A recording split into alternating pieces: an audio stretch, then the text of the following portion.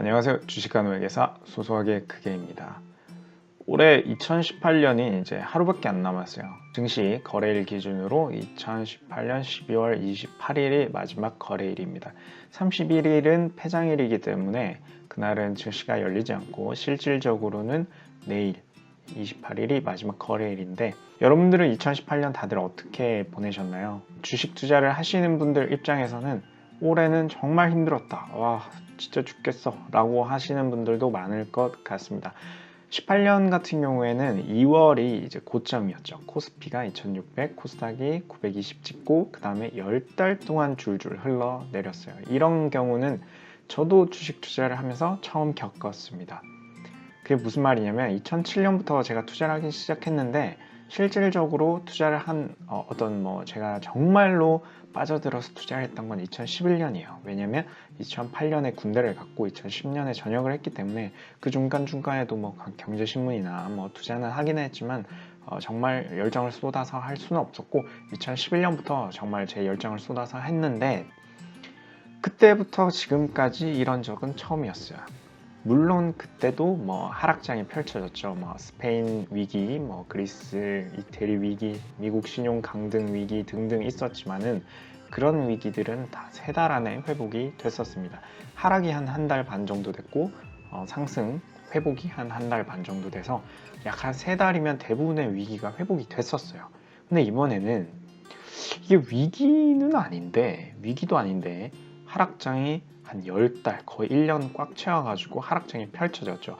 물론 2017년 말에 너무 오른 감도 있지만은 그래도 1년 내내 하락장이 펼쳐지다니 저도 처음 겪었던 장이고 굉장히 힘들었습니다. 많은 분들이 힘들어 하셨고요. 제 영상을 보고 계시는 분들도 계좌가 많이 힘들었을 거예요. 근데 위로 아닌 위로를 하나 드리자면, 제가 이런 기사를 봤습니다. 퇴직금 날리고 친정 기웃거리는 전직 펀드 매니저들 해서 증권사 리서치 센터나 펀드 매니저를 하다가 2017년 장이 좋으면서 2017년 말부터 2018년 초까지 굉장히 전업 투자로 많이 돌렸어요, 사람들이. 그래서 펀드 매니저들을 하다가 이제 전업 투자를 했는데 10달 동안 하락장이 펼쳐지니까 다 죽는 거죠. 다들 레버리지를 씁니다. 많이 쓰시는 분들, 적게 쓰시는 분들 차이는 있지만 많은 분들이 신용 매수라는 걸 하고 레버리지를 강하게 쓰시는 분들도 많아요. 그러다 보니까 에스트레뉴의 빌딩의 한 투자자는 주가가 폭락한 10월에는 주변 10명 중 8, 9명이 깡통 직전까지 가기도 했다면서 20억을 5년간 굴려 100억이 됐던 지인도 겨우 원금만 건져 시장을 떠났다고 말했다라고 합니다. 이게 팩트인지 아닌지는 모르겠어요. 이게 뭐 소설일 수도 있지만은 정말 현실과 가까운 소설이거나 아니면 이거는 현실일 가능성이 큽니다. 제 주위에서도 뭐 기본 30%, 40% 이상 잃으신 분들이 많으니까 이게 현실 같아요. 그래서 여러분들이 너무 마음 아파하지 마시고, 많은 분들이 이렇게 손실을 받고 정말 난다긴다는 뭐 펀드 매니저, 애널리스트들도 전업 투자 세계로 왔다가 이만한 손실을 보기도 했었으니까 여러분들이 너무너무 이렇게 힘들어하지 마시고, 다들 힘들었으니까 내 옆에도 힘들구나 라고 조금 위로 아닌 위로를 받으셨으면 좋겠습니다. 또 이런 뉴스도 있어요. 2688개 주식형 펀드 모조리 손실. 그러니까 이 말이 뭐냐면, 우리나라에 조성되어 있는 주식형 펀드 2688개가 있는데 전부 다 손실이라는 거야. 한 개도 이익이 난 게 없어요. 그렇죠. 코스닥이 20%, 25% 빠졌는데 어떻게 이익이 나겠습니까? 주식형 펀드가 2688개 모조리 손실인 거예요. 그럼 1등 수익률을 한번 볼까요? 1등은 한국밸류 10년 투자 100세 행복자라는 펀드인데 이게 마이너스 7.33%로 1등이고요. 2등이 한화한국 오퍼튜니티로 마이너스 10.5%라는 거야. 그러니까 손실이 만약에 마이너스 10%만 났다고 하더라도 우리나라의 펀드, 주식형 펀드 중에 거의 최상위라는 거야. 여러분들의 계좌를 봤을 때 내가 마이너스 10% 났는데 라고 하면 거의 우리나라 펀드 중에 최고라고 보시면 되고, 제가 이런 말씀을 좀 드리고 싶어요. 이런 펀드나 아니면 전업 투자자들 분들보다 어떤 지금 주식 투자를 하시는 초보분들이나 아니면 몇 년간 투자를 해오셨던 어떤 근로소득이 있는, 사업소득이 있는 투자자분들은 훨씬 더 나은 환경이 있다고 말씀을 드리고 싶습니다.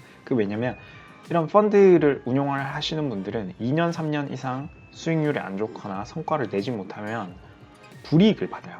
하지만 우리 같은 개인 투자자들은 불이익을 받지는 않잖아요. 예를 들어 우리가 내가 생각하는 정말 저평가된 주식이 있는데 그 주식이 2년, 3년 동안 바닥에서 머물다가 4년, 5년 뒤에 올라가도 상관이 없고 10년, 20년 뒤에 올라가도 상관이 없습니다. 왜? 우리는 투자 1, 2년 하고 그만둘 게 아니잖아요. 1년, 2년 하고 뭐 갑자기 한남동에 집이 생겼으면 좋겠고 반포동에 갔으면 좋겠고 이런 게 아니고 우리는 30년, 40년 투자를 할 거기 때문에 당장 뭐 한 10달, 뭐 1년, 2년 이렇게 힘든 거는 문제가 안 된단 말이에요. 그럴 땐 어떻게 하냐면 우리가 근로소득이 있고 사업소득이 있기 때문에 그 돈에서 일정 부분 여유 남는 돈을 적금, 예금 붓지 말고 그거를 주식 투자에 하는 그런 적립식 투자를 하셔야 되고 그런 투자를 하다 보면 어느 순간 예금, 적금보다는 확실히 수익률이 낮습니다. 그런 조금 더 나은 수익률을 올리기 위해서는 당연히 어떤 주식 투자 공부를 조금은 하셔야 되고 주식 투자 공부를 할 때는 하루에 뭐 많지 않아도 돼요. 1시간 정도 뉴스 보시고 사업 보고서 보시고 30분 뉴스 보고 30분 사업 보고서 보고 그렇게 해도 상관이 없습니다. 그냥 하루에 1시간 정도 할애를 해서 공부를 하신다고 생각을 하시면 되고 이런 하락장이 언제 올지 사람은 몰라요. 그렇기 때문에 본업에서 충실해야 됩니다. 전업 투자라는 거는 정말 많은 분들이 열망과 어떤 꿈, 자기의 꿈이라고 생각하시는 분들도 있는데 그렇게 생각하지 마시고 전업 투자는 정말 힘들다. 이런 하락장이 왔을 때는 투자금에서 오히려 손절을 치고서라도 생활비를 빼야 되는 그런 위치에 있기 때문에 좀 불리해요. 펀드 매니저들처럼 성과에 대한 압박을 받고 있다고 보시면 됩니다. 하지만 본업이 있는 상태에서는 오히려 물타기, 추가 매수의 기회가 될 수도 있는 거죠. 그렇게 생각하시면 개인 투자자들이 훨씬 더 좋은 위치에 있고요. 2019년은 제가 생각했을 때 새로운 어떤 투자 전략은 없는 것 같아요. 그냥 백투더 베이직, 가장 기초로 돌아가서 여러분들이 이런 위기 때는 오히려 기회로 삼아서 기업 분석을 하셔야 됩니다. 기업 분석을 왜 해야 되냐면 지금 같은 시기에는 다들 주식 투자 하기가 싫어요. HTS도 보기 싫고 핸드폰 열어서 내 계좌 보기도 싫고 이럴 때는 오히려 시장에 대한 관심이 굉장히 많이 줄어들기 때문에 이럴 때 저평가된 주식이 오히려 많이 나옵니다. 사람들이 관심이 없을 때 이삭 줍듯이 이것저것 하나씩 적금 들듯이 30만원, 40만원 이렇게 한 달에 조금씩 부어가면서 저평가된 주식이 있는지 확인을 해보세요.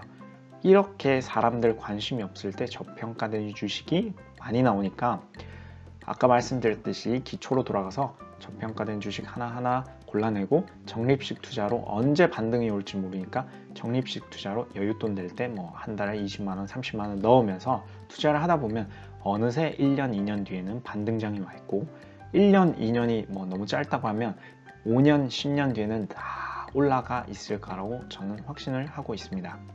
또 하나 말씀을 드리자면 사람들이 지금 어느 정도 관심이 없는지를 제가 한번 말씀을 드려보고 싶습니다. 제가 몇 년 동안 블로그를 운영해왔고 그리고 제가 활동하는 카페들이 한두 개가 있는데 거기에만 확인을 해도 제 블로그만 하더라도 조회수나 방문자 수가 거의 반토막이 났어요. 반토막 조금 더 난 것 같아요. 예전에는 조회수가 한 4,000, 4,500 이렇게 나왔던 글들도 지금은 거의 1,500, 1,800 정도 조회수가 나오는 것 같고 반토막보다 훨씬 더 낮죠.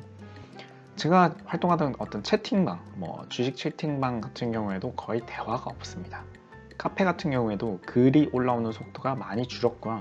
거기서 이렇게 하시는 분들도 있어요. 저는 이제 떠납니다. 손절하고 떠납니다. 하락이 눈에 뻔히 보이는데 저는 인버스, 그러니까 이제 하락했을 때 돈을 버는 그런 상품에 투자를 할 거다 라고 하시는 분들도 많아지고 있습니다. 근데 그런 분들이 성과가 좋았냐 그런 건 아니고요. 이제 이런 하락장에 지친 거죠. 지쳐서 떠나는 사람들이 많고 제 유튜브 같은 경우에도 제가 처음에 올렸을 때만 하더라도 관심이 되게 많았었어요. 사람들이 하지만 지금은 거의 조회수가 예전보다 많이 떨어졌죠. 제 인기가 떨어졌을 수도 있지만 뭐 제가 원래부터 인기라는 게 없었던 사람인데, 여튼 뭐 그런 제 유튜브 조회수를 봤을 때도 많은 관심이 많이 줄었고, 카페나 블로그, 채팅방 등등 그런 것들을 봤을 때도 관심이 많이 줄었다. 이럴 때 어떤 A라는 종목이 있어요. 그 A라는 종목에 많은 주주들이 한 4,000명, 5,000명 됐다. 그러면 4,000명, 5,000명이 거기서 정보를 캐내기 위해서 경합을 한단 말이에요. 근데 지금은 이제 뭐 한 1,500명, 2,000명 정도의 주주밖에 남지 않은 상황이라면 상대적으로 내가 정보의 우위에 설 수가 있습니다. 그렇기 때문에 저평가된 주식이 많이 나오는 상황이고요. 그만큼 사람들이 관심이 줄었을 때 정말 노다지라는 것을 꼭 기억하셔야 됩니다. 예전에도 그랬고 이거는 지금도 그렇고 미래도 그럴 거예요. 사람들이 관심을 가지지 않을 때 먼저 관심을 가져야 남들보다 정보의 우위에 설 수 있고 남들보다 기회를 빨리 차지를 할 수 있습니다. 여러분들 존리 대표님 그 유튜브 보고 계신가요? 그분 같은 경우에도 이렇게 말씀을 하시죠. 남들처럼 살아서는 부자가 될 수 없다라고 말씀을 하십니다. 저는 거기에 공감을 하고요.